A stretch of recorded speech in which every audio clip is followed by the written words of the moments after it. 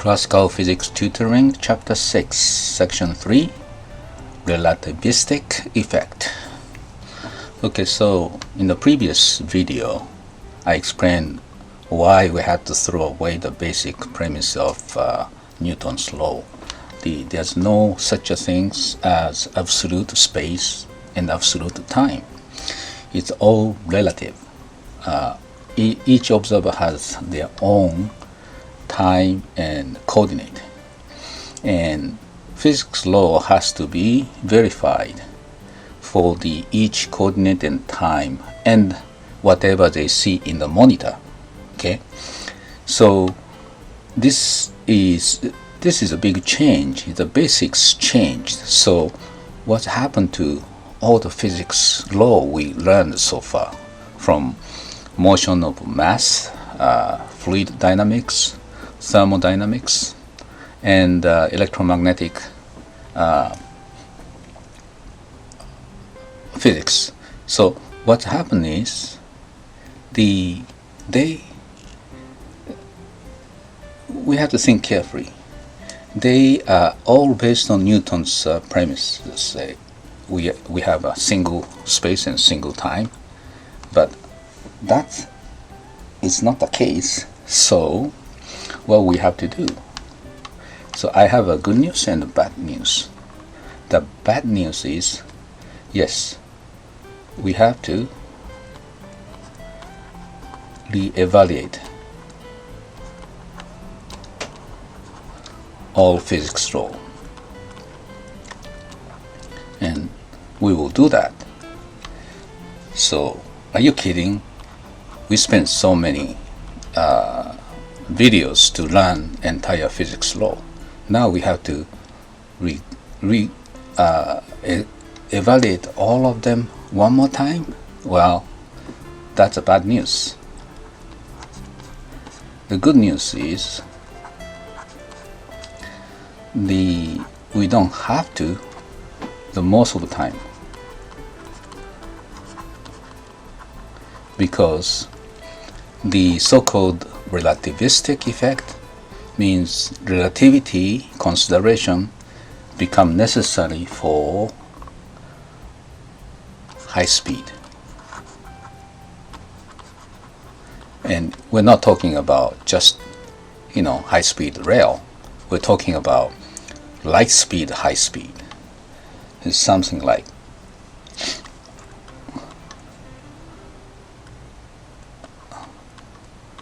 kilometer per second, or 400 kilometer per second, around there. The relativistic effect become very visible. Okay, if you look at the equation, it has 1 minus v square c square, right, lambda, and this v, if v is much smaller than light speed, then it's basically 1. Lambda is nearly 1. So Lorentz transformation become a Galileo transformation, which is same as Newton. Newton's gives Galileo's transformation. So as long as the speed is not that high, then we don't have to worry about it. Now, in the most of engineering, when you learn engineering, you don't need that, because you're dealing with much slower speed. But when it comes to the physics major, quantum mechanics, or the light speed, the universe, cosmology, the large scale, well, this definitely become the issue, because in the large scale gravity effect come in, then general theory of relativity become the issue. So for physics major, this is absolutely necessary. But engineering, it's not that much necessary, because most of the time it won't come in. Well, there are few places it's coming. For example, E equals mc square. Okay, this come from the relativistic effect consideration. We go through the physics using relativistic effect, then this equation coming, and this become the nuclear energy or atomic bomb, and this is going to be the engineering subject. So still it's good to learn this relativistic effect, even you are not physics major, right? Okay, so we talk about time dilation. Time is dilated means the monitor A is sitting here and he's looking at the monitor, see how the B's world, okay, and the clock is ticking slower. So this time dilation happen because B is moving at the inertial speed. Okay, so beside that, there are a few other things happen because time is dilated. But if you look at another equation, coordinate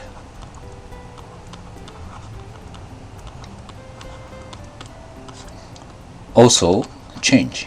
Which way? The opposite to time, right? Because say you have a length stick in the A coordinate, stick length is L, and that L stick go with B, flying at the B. So for A, that stick show up on the monitor, and the monitor said, well, because of a relativistic effect, the stick lengths, you can go through this proof, because of lambda, the length is shorter. Okay, so this used to be length L, and this LW showing on the screen is smaller than L, shorter than L, and that's called contraction of length. Okay, so is it possible in the real world that stick L and the hole is slightly less than L, but this stick can go through the hole if a contraction happen? Yes, this is possible. You have to understand, this hole has to be in A's frame, so it's not causing contraction. This stick is moving at the B and maybe moving at B2 in the Y direction. This is X direction, so it's moved through here like this. Okay, it's not slow, it's very fast. X has to be the X direction speed has to be very fast to cause the visible contraction. Okay, so what happened, it's kind of tricky. You see this hole for A, you can see it directly, but this stick you cannot see it, so you use the monitor.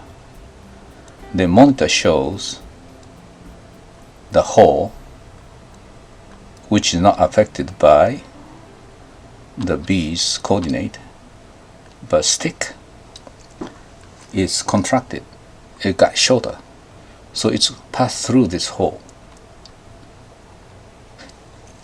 Is it really possible? Yes, that's called relativistic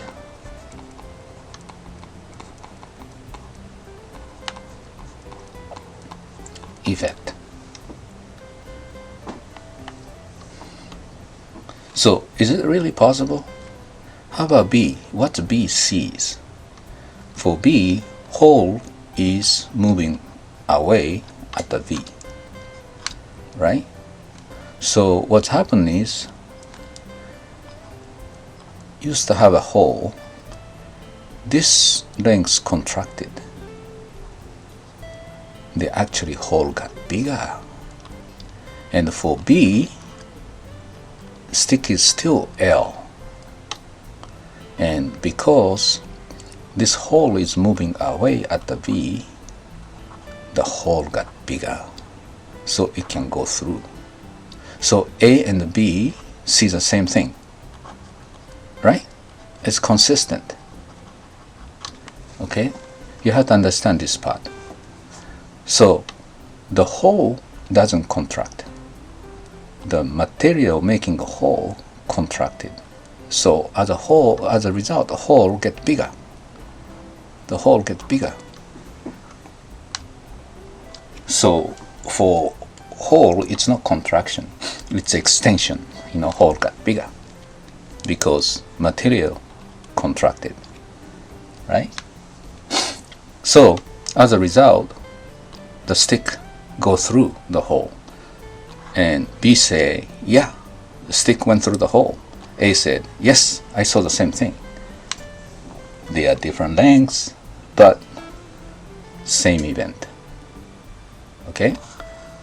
So it's very tricky. It works like magic. So it happens, the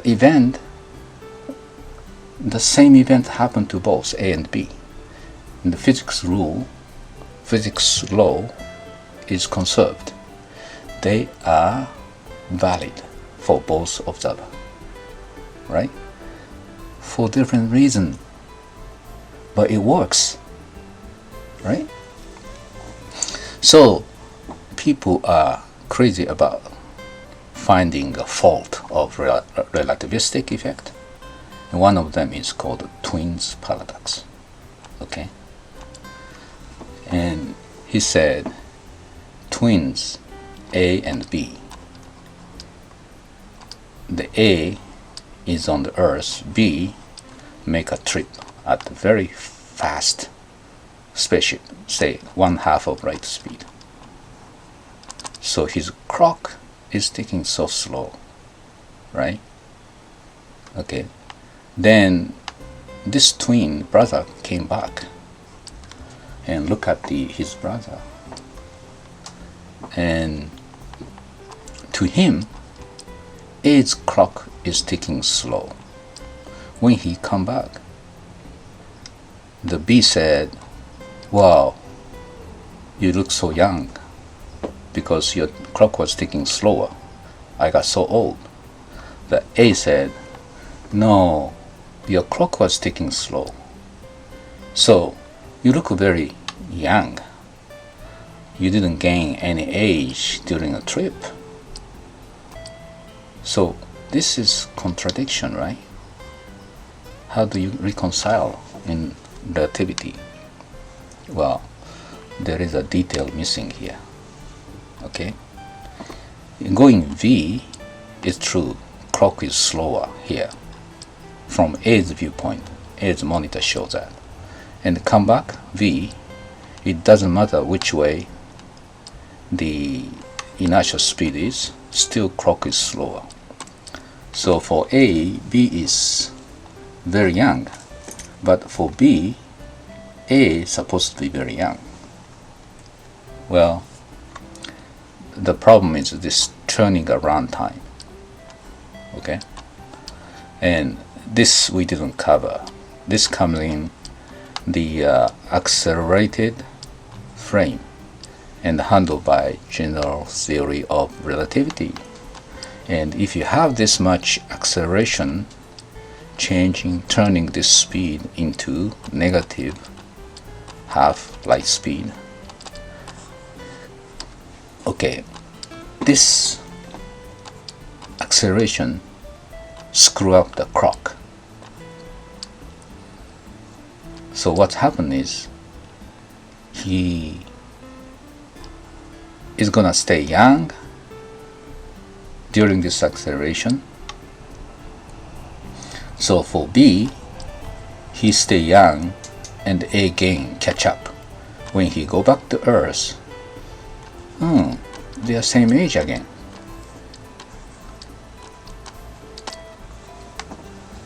right? So that's what is happened. This part is ignored in this paradox. There is a part that the speed change turnaround time and the acceleration screw up the clock, and that has to be considered to say, who is young, who is older, kind of things. Without that, this part,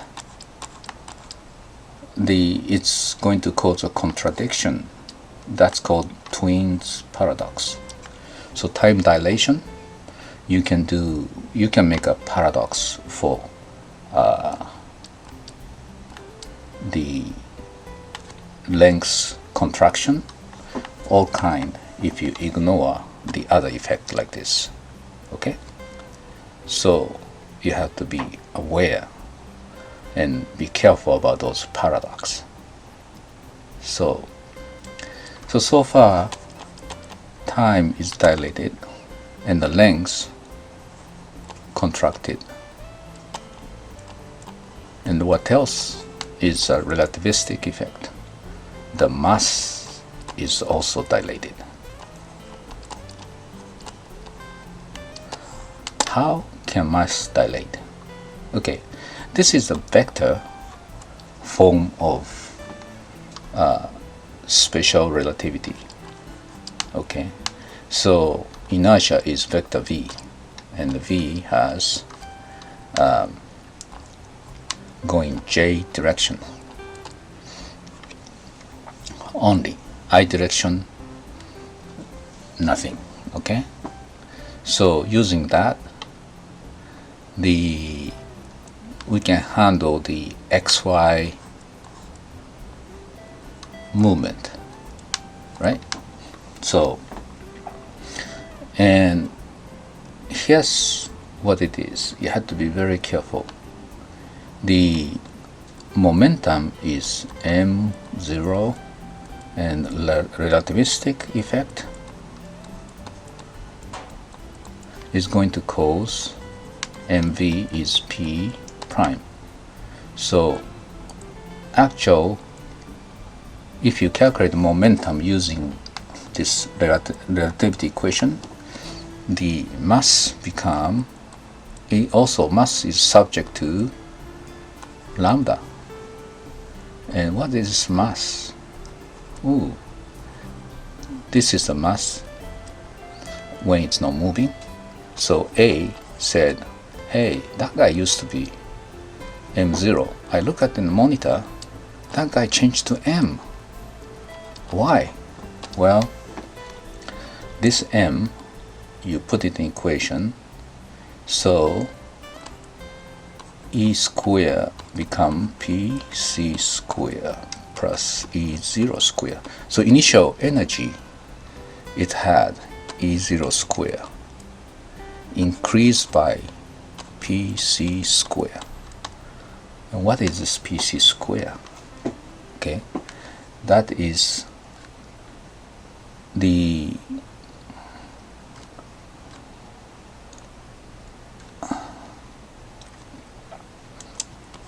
energy is going to be mc square equals m0 c square lambda, where the lambda is this energy also affected by lambda. So here's E0 is original energy, and going at this speed, pc square increase, and the effect of lambda make the energy increase. Okay, and if you use a series to make this approximation, E equals mc square equals m0 c square 1 plus 1 over 2 v square c square plus, and this higher term is negligible. So what happened is E equals original mass, original energy plus 1 over 2 m0 v square. Okay, so this is a kinetic energy, right? when it's moving at the v. This is the original E0. And so when the mass is moving, actually increased by k. So this coincides with our classical physics 1 over 2 m0 v squared, right? So this is the reason why. See, in the classical physics, we say the things move L, right? And at the V. So the work, we define the work, and the work is energy. But it's a kind of statement. Why work is energy? You give a force and move L, force ds is the work, and the work is energy. Why? Nobody questioned this, right? When you learn this physics, force times the distance you move is a work, and the work is energy. Why? Okay, the reason comes from here. If you take an integral, half comes in. That's gonna be kinetic energy in the classical physics, right? But actually, it's approximation of added kinetic energy in relativistic view. Just the first term of the added energy, which is this. So the real story of this kinetic energy formula is revealed in relativity theory. This is what it is. Energy added is actually this much. Okay, we take approximation, become 1 over 2m. So this was an approximation.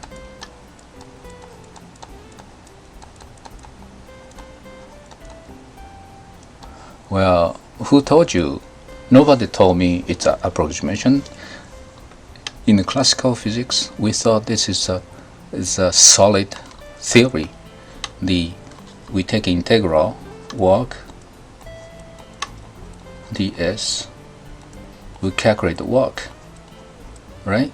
And work is energy, kinetic energy, potential energy change to kinetic energy. That's a story everybody learned in the classical physics. There's no room for approximation. It's very clean, solid theory. But who tells you work is energy? Well, you just believed it, right? Why work is energy? So the reason why work is energy come from here, backward. The added kinetic energy is this equation.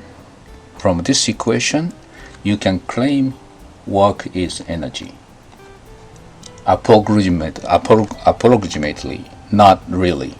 Okay? Are you surprised?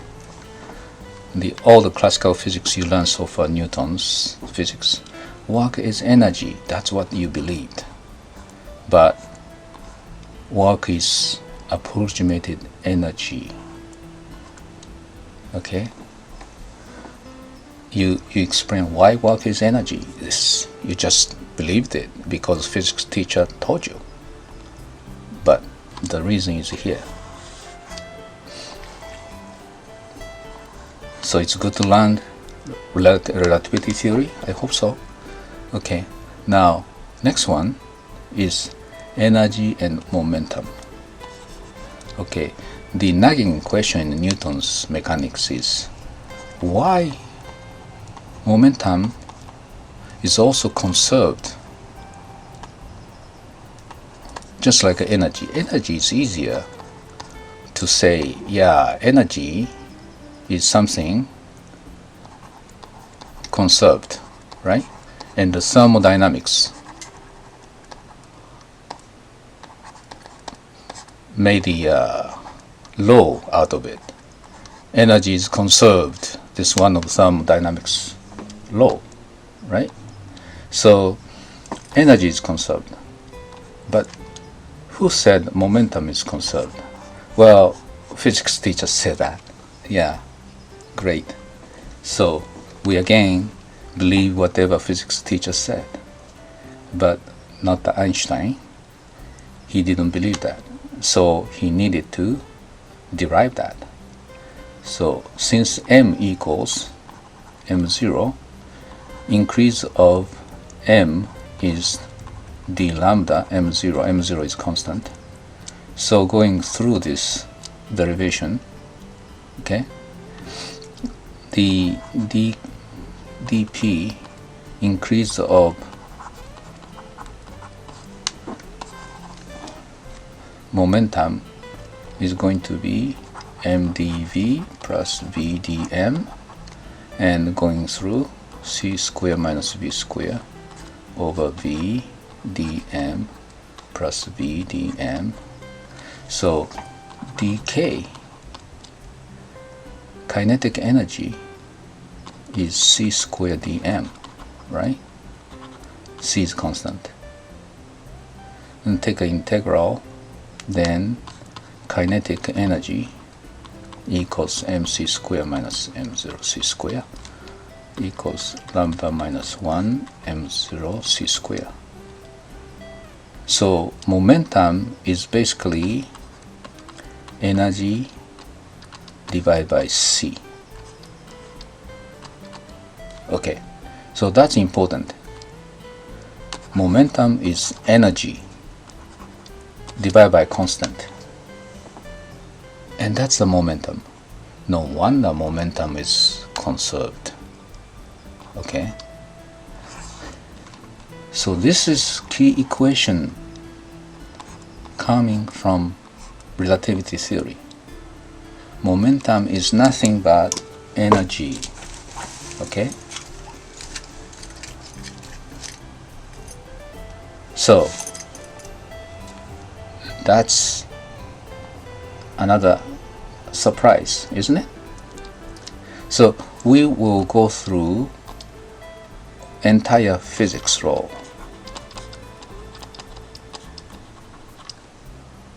in depth.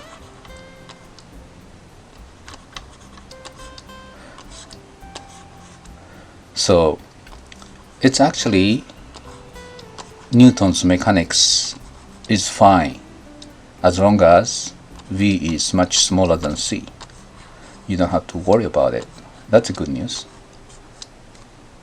And maybe we want to add another good news is you have in-depth understanding of all the physics law in the Newton's mechanics, right?